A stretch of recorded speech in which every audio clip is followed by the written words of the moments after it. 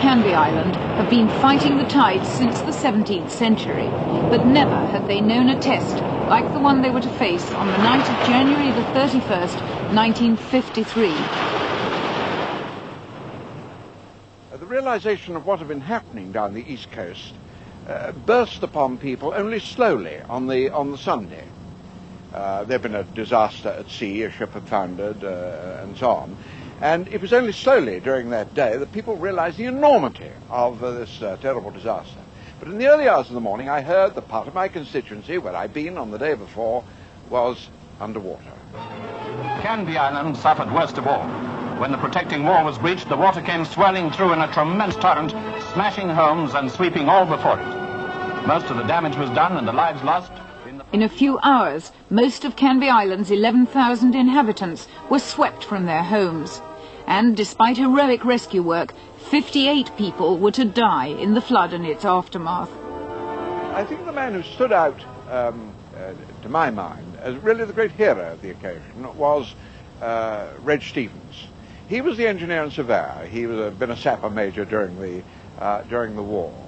And it was he who organized early rescue boats and so on to get at the people trapped in the worst affected areas and so on. And I was of the opinion that he behaved in a highly responsible and indeed heroic way. Reg Stevens was roused at midnight by the island's police sergeant with the first news of the flooding. Canvey's fight for survival began at once. People didn't seem to understand the size of the disaster, and the thing which was necessary was, of course, to alert people on the mainland to initiate a very big rescue operation, which would be taking place as soon as it got daylight. But until then, the islanders were on their own.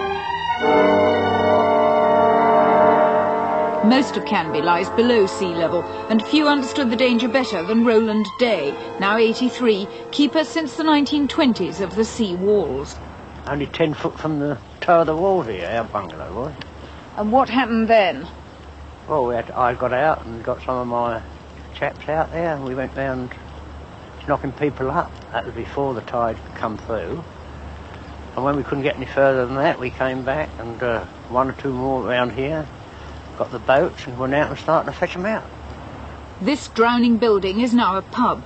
It's run by Mickey Sanders, one of several part-time firemen prominent in the rescue work. I went to Barclays Bank where I knew there was a boat there, and so I said to my friend, we'll take this bank manager's boat. And he was frantically knocking at the window saying, you mustn't take this, you mustn't take this. Anyway, we took the thing, you see, and we proceeded to the road where I knew there was people, the most people shouting. First I saw Mrs. Morgan sitting on the roof in a night dress, freezing cold, with a little baby just laying on the roof. She was too cold to hold the baby, it was laying on the roof. I saw Reggie Morgan sitting on the chicken house, so I thought, well, I must get the baby off first. But I suppose a funny part, if you could say it was a funny part, was Mr. Brown in Rainbow Road. He's standing at a gas stove with the water half inch from the top making a cup of tea, and he wouldn't leave till he had his cup of tea. You know, it doesn't make sense, but I suppose it could have been nerves, I suppose. So we didn't know what to do, really. I couldn't see the cup of saucers or anything.